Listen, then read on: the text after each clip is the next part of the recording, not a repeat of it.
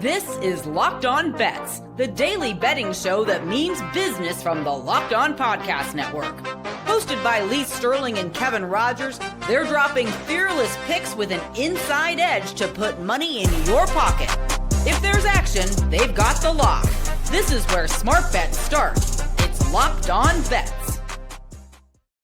Welcome to the Tuesday edition of Locked On Bets. Kevin Rogers and Lee Sterling of Paramount Sports with you. And as always, we appreciate you making Locked On Bets your first listen of the day here on the Locked On Podcast Network, the #1 sports podcast network. And Lee, so much to talk about today. We have a couple NBA games, also huge college basketball slate. You have some conference action in the Big Ten beginning tonight, the ACC SEC Challenge. All of that is tonight. And also championship Saturday, well, Friday and Saturday, you have the ACC Championship, Duke and Virginia, just like everyone predicted before the season.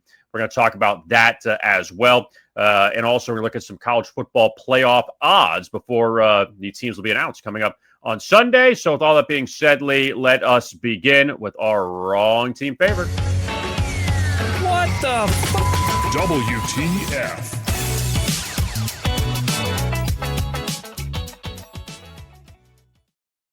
The Oklahoma City Thunder are 20-1 on the season, which is beyond comprehension. I mean, they're great, but I remember last time that was 20-1.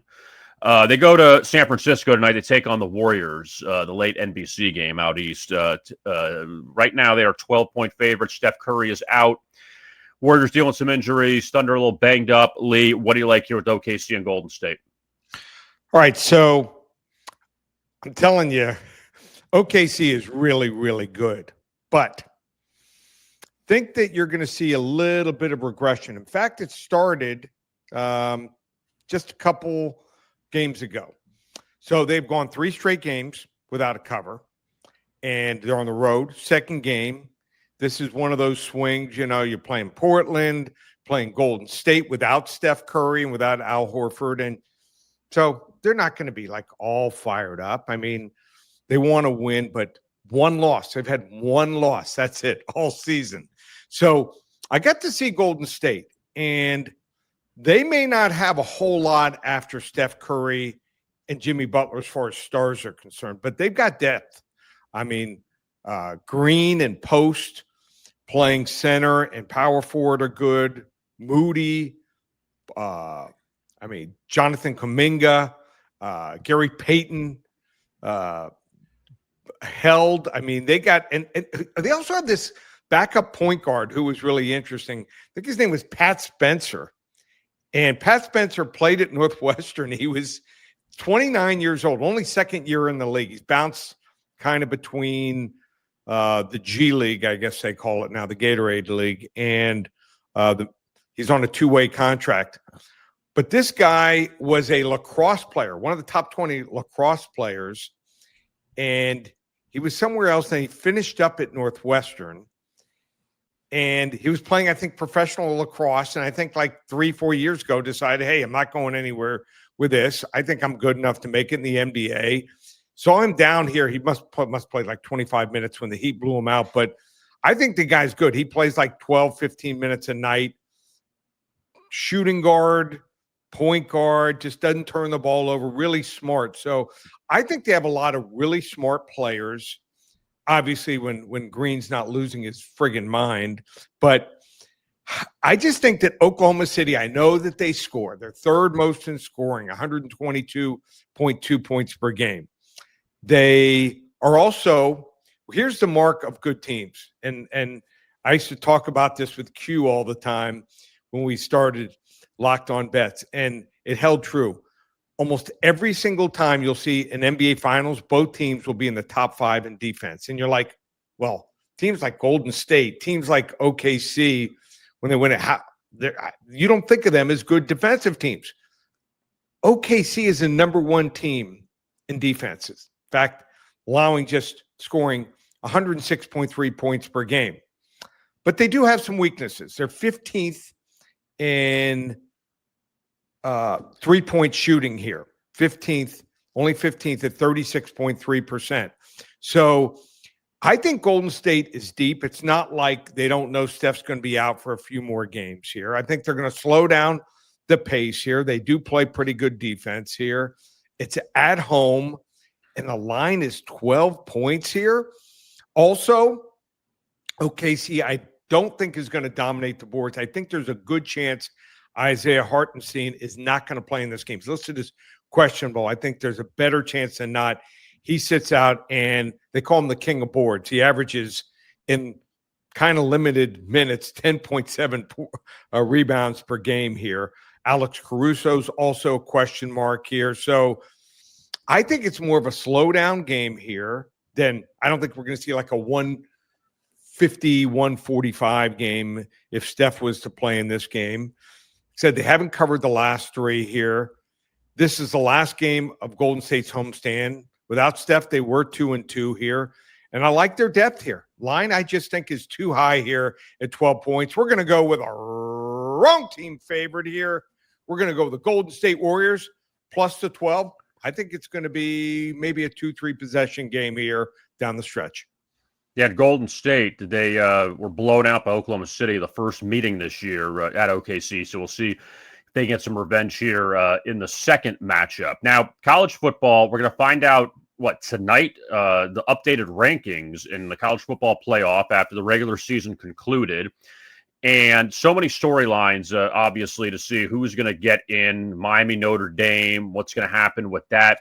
Right now at FanDuel, just to give you the updated odds on the championship winner for college football for the playoff. Ohio State, the favorite at plus 170. No surprise. Indiana at 4-1. Georgia at 8-1. Then it's Notre Dame and Oregon, each at 10-1. Texas Tech 11-1. Texas A&M 12-1. Alabama 14-1. Ole Miss 25-1. Oklahoma 65-1, and Miami at plus 125 or 125-1. So I guess that means they may be on the outside looking in when it's all said and done.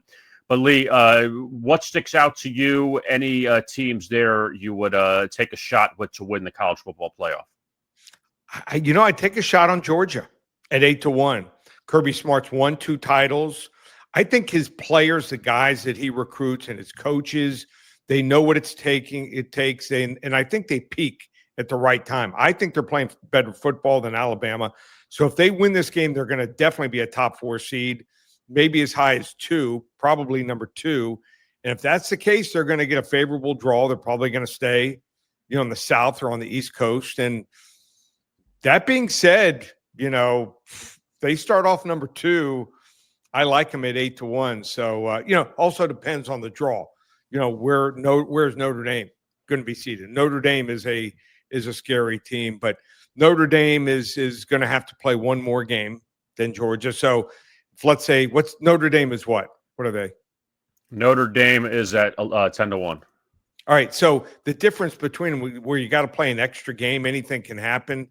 I think Georgia's going to beat Alabama, and for that reason, and the way their pedigree is and the way they're playing, I'll take them at 8-1. Certainly not going to, play Ohio State at basically even money.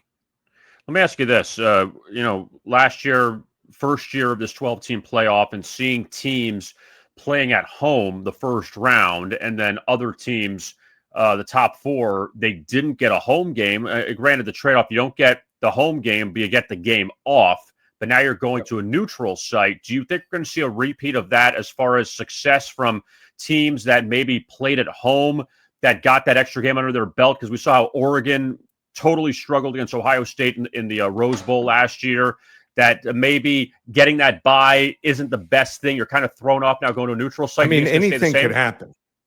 Anything can happen, Kevin. We could see the first round last year were blowouts right out of the gate. All 4, I believe it was all 4 games. And then after that, it depended on, which bracket you were in. I mean, Notre Dame got the best bracket by far, got to face teams that were either had an injury or who were limited. So, that's really important as far as the way I see it. But, it just depends on where you are. Is there anything shooting out to you as far as a team, as far as the odds, to win the national title that you would take right now? I always like this angle, Lee. I always like the team that's expected to do a lot and they fall in their face and then take them the next year. And that's Oregon. And I think with them, Will Stein, their offensive coordinator, is going to Kentucky, but apparently he still will be on the sidelines for the Ducks during this run and probably do his other business for Kentucky. And then once Oregon either wins it all or gets eliminated, then he'll go to Kentucky. But he has had Oregon very high offensive grades, for the last few years. They've had all these different quarterbacks, and yet they still have done well, and they've had a lot of injuries they've dealt with on the offensive side. So I think that, again, depending on what Oregon's draw is, but they're not going to be a top 4. So they're probably going to get a home game, which is going to be big for them. And I think that could be beneficial after what happened last year. And again, we knew Ohio State wasn't as bad as, they were seeded so low that they were not a correct seed last year. And it was, in a sense, I hate the term unfair, but it just wasn't a good draw for Oregon. So now we'll see. A good draw. It was Kevin, they were the number 1 seed, and they had to face the team that they had beaten and who was the most dangerous team. Horrible. Yeah. So hopefully they'll get a better draw this time around. And how about the injuries? Yes. Kevin, what kind of job is Will Stein done? Great job. The number 1, 2, and number 4 receivers that I had rated as far as what they had injuries at running back, offensive line. I think he's done an incredible job, and they pretty much dominated Washington. So they're going to start getting some of those guys back, and they're a dangerous team. So my bet a little win a lot is going to be on the Georgia Bulldogs, 8-1. Yeah, and I don't know if Ohio State can pull it off again. I want your opinion on this really quick. With Indiana. Right. We saw how Indiana, they fell short against Notre Dame last year in the first round, and everyone kind of thought, okay, well, Indiana had a nice season, but they didn't really play anybody. But they've proven this year that they're still pretty good, and their offense just can go up and down the field. Fernando Mendoza could win the Heisman. But do you think now, they'll get a home game? Well, it depends. Depends what happens. If they win the Big Ten, they'll get a bye. But if they lose to Ohio State, I guess they'll get a home game in the first round. What do you think their chances are to make a run? I want to see him play Ohio State. I want to see him. They did it against Oregon on the road, so obviously they're a quality team. I just don't know in a playoff, yet to be determined, put it that way. So I don't have as many questions about them as some of the other teams, like Alabama, I think is fading. I don't think Alabama can run the football. I would never take Alabama here. I can make an argument. I don't know if the committee can. Let's see what happens tonight. But if Alabama loses, let's say by double digits or 14 or 17 or 20 points to Georgia, I couldn't put them in. So Alabama's the one team that a lot of people like and think is very good. I think they have a lot of question marks. I know this is kind of ridiculous. The last thing before we move on to some of the other games, I don't know how the seeding is going to work out. We know Miami's a long shot, it seems like at this point. But it's kind of like if for whatever reason they get in, just throw them in against Notre Dame again. Do it again so that we can kind of solve this mystery once and for all where everyone's, Miami beat Notre Dame, but Notre Dame's playing better, so they deserve to be in even though they lost head-to-head. Just put them in, let them play it out, and then see what happens. And whoever wins, okay, now we have our answer. But here's what it's not going to happen because the SEC and ESPN are in bed together.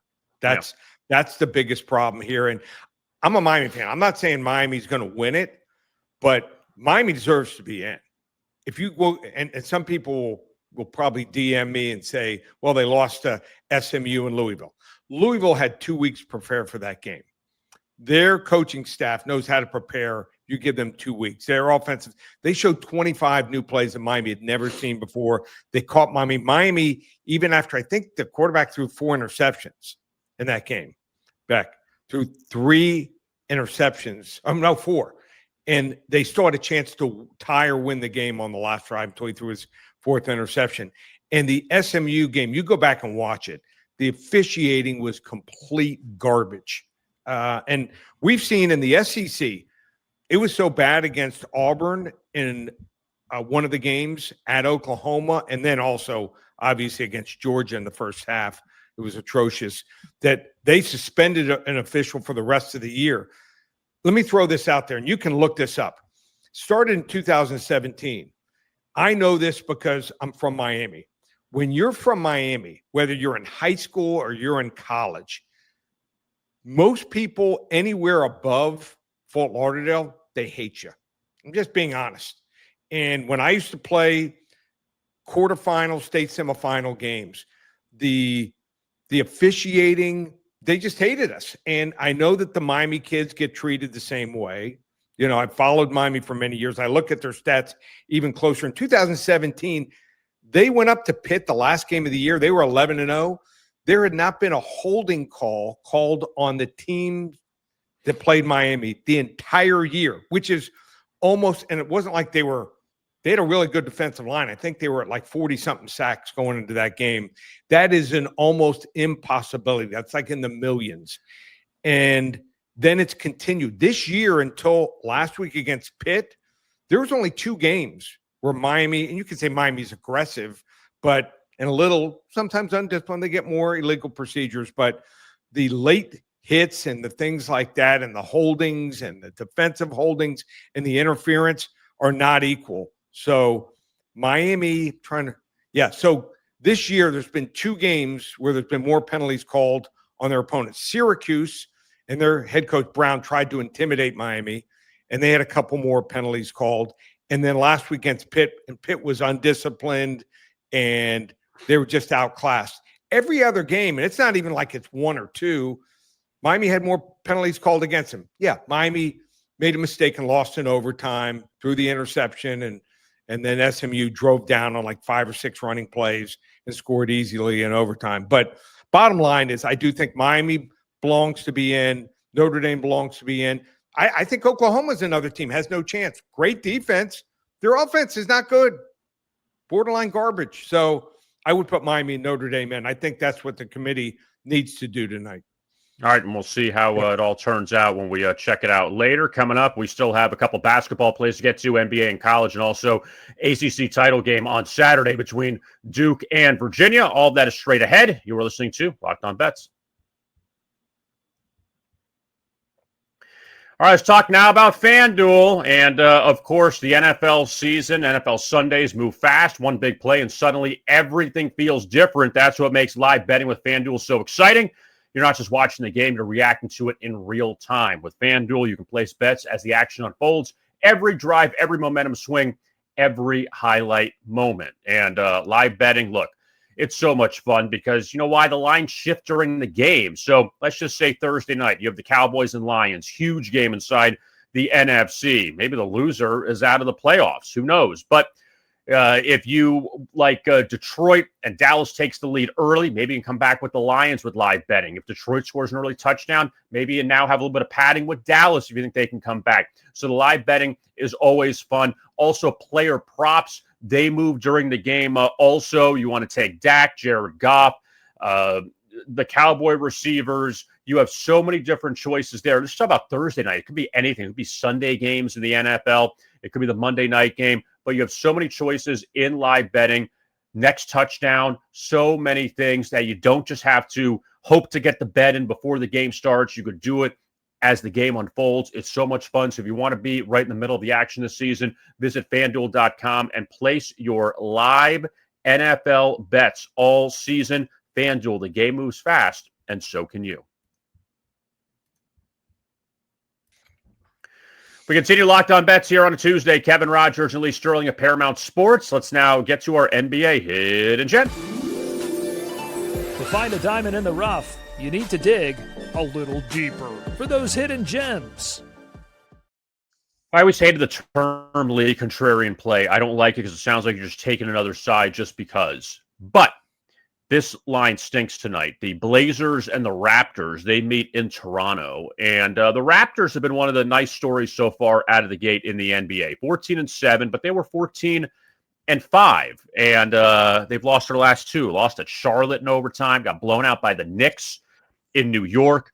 And they played well at home so far, 7-2, but laying just 5 against a Portland team that is coming up back-to-back home losses to San Antonio and Oklahoma City, but they have won on the road recently at Milwaukee. Granted, no Giannis, one at Golden State. They have won at New Orleans, and that's not that big of a deal. But at least Portland, though, 5-6 in the road. They've been a little more competitive away from Portland. Also, they've covered 4 of their past 6 games. They've also won 4 straight in the series.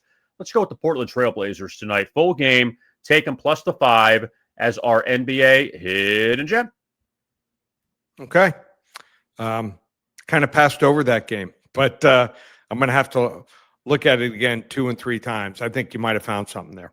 Yeah, hopefully we do. So, but I will say, though, for NBA, you got some good games tonight, but college, amazing. We have conference games. We have ACC, SEC Challenge. And now it's time for our college basketball blowout special.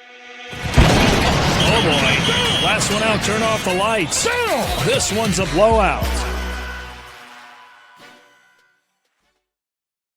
Since the Big Ten has 57 teams, they have to start their conference schedule early, so they got to get it going.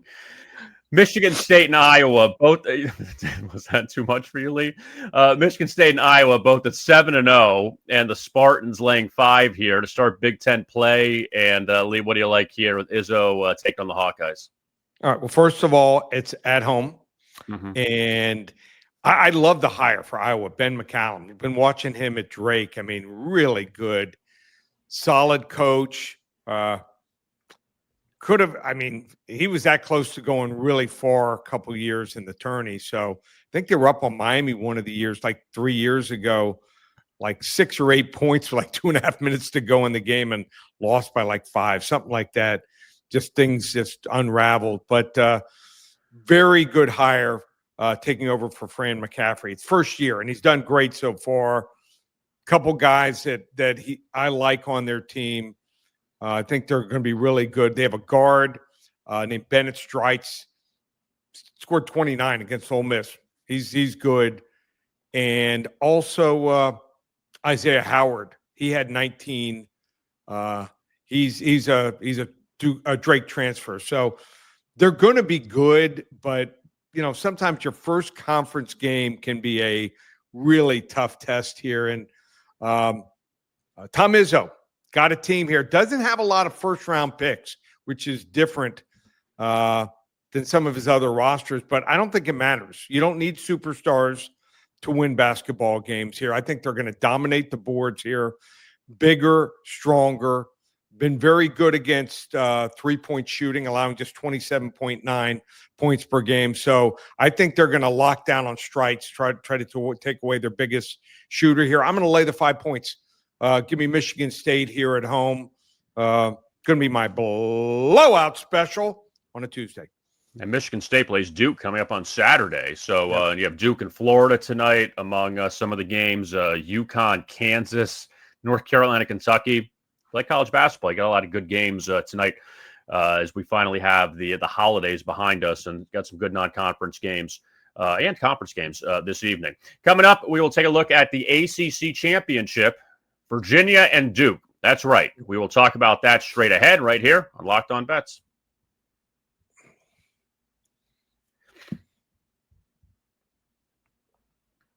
Locked On Bets continues here on a Tuesday. Kevin Rogers and Lee Sterling of Paramount Sports. And this is the way the ACC is. One team can win and not make the college football playoff. That's how bad it is. Duke and Virginia, they meet. I mean, it's an embarrassment. Duke is 7-5, and they can win this conference, and they have nothing to show for it. But the Duke Blue Devils, though, they did lose to Virginia just a few weeks ago. So now they're playing again. And Lee, let me get the video out because we got to get ourselves pumped up for this. It's time now for our ACC College Football Lock of the Day. Open it, open it, open it. Lee has the key to the Lock of the Day.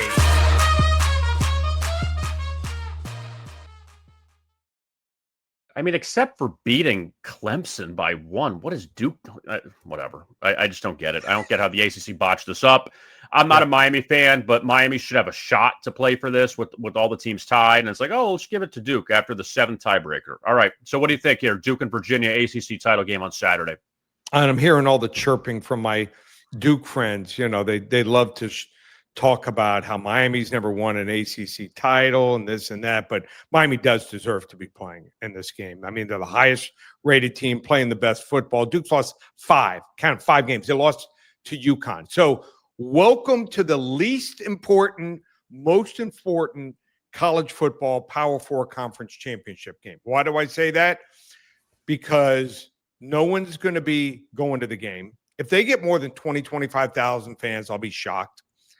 I know Duke is close, so, it's not that far, not a couple hours away, but they'll travel a little bit. Virginia, probably not so much. If Virginia wins, they're in. If Duke wins, probably James Madison. If they win their conference championship game, and I think they're favored by over 20 points, they're probably in, or who knows, could be Bedlam. That's why it's that important. So it's a rematch of the November 15th game, and went back and watched that game. Virginia dominated. They won 34-17. It wasn't just by 17 points to win. They had a 540 to 255 yard total advantage. Chandler Morris leads Virginia at quarterback. Third in the ACC in total offense is Virginia, 438 yards per game. They average scoring 33 points per game. He extends a lot of plays with his legs and also passes down the field. He doesn't have a lot of great players at running back, receiver, a lot of really good ones, and they know how to get open and catch the ball and run the ball after catch. Duke's defense is their biggest problem. Weakness, major weakness, giving up over 409 yards per game, giving up 33.3 points per game. They can't stop a common cold here. Duke can only win, I believe, in shootouts. In Virginia, they can win. They can win a 20-7, 20-10 game like they played last week, Virginia Tech, and they shut them down here. My lock of the week here, my lock on Tuesday, we're going to go with Virginia laying 3 to 3.5 points here. Level 2 lock over Duke in the ACC championship game on Saturday night. All right, should be a really good one. Hopefully we got a good game there in Charlotte. And Lee, Paramount Sports got a big stretch coming up here in December. NFL, college football, college basketball, NBA. What do you got going on? Yep, double down December. Every game from today in football, college football, and includes the championship week games, all the playoff games, all the bowl games through the end of the month, and everything in the NFL. And we're only on a 37-17-1 run in the NFL. Double down December on our phone service, executive phone service. How about this? Normally $497, today only. Thanks for listening. Use coupon code SAVE100, just $397 for our phone service for 30 days. And you just want the NFL? Well, 4 weeks of our NFL Sunday golden ticket, 5 games every Sunday, just $197 for 4 weeks. UFC pay-per-view. We should have that up tomorrow sometime. Pay-per-view, the last one that's going to be out there. All the other ones are going to be on Paramount. So if you have Paramount app, you'll get them for free. So we're looking at a nice card there. So, and the player props, we were on fire. NFL and college football. You can get the rest of the season for $297, or you want to try it for 10 days, just $50. Everything's up and available. One place, ParamountSports.com. And don't forget to like and subscribe to our YouTube channel, Locked On Bets. And also you can find the podcast version on Spotify, Apple, wherever you get your podcasts. Just type in Locked On Bets. You can find Lee on X at Paramount Sports, myself at Rogers Picks. And we'll be back with you coming up on Wednesday for another edition of Locked On Bets right here on the Locked On Podcast Network.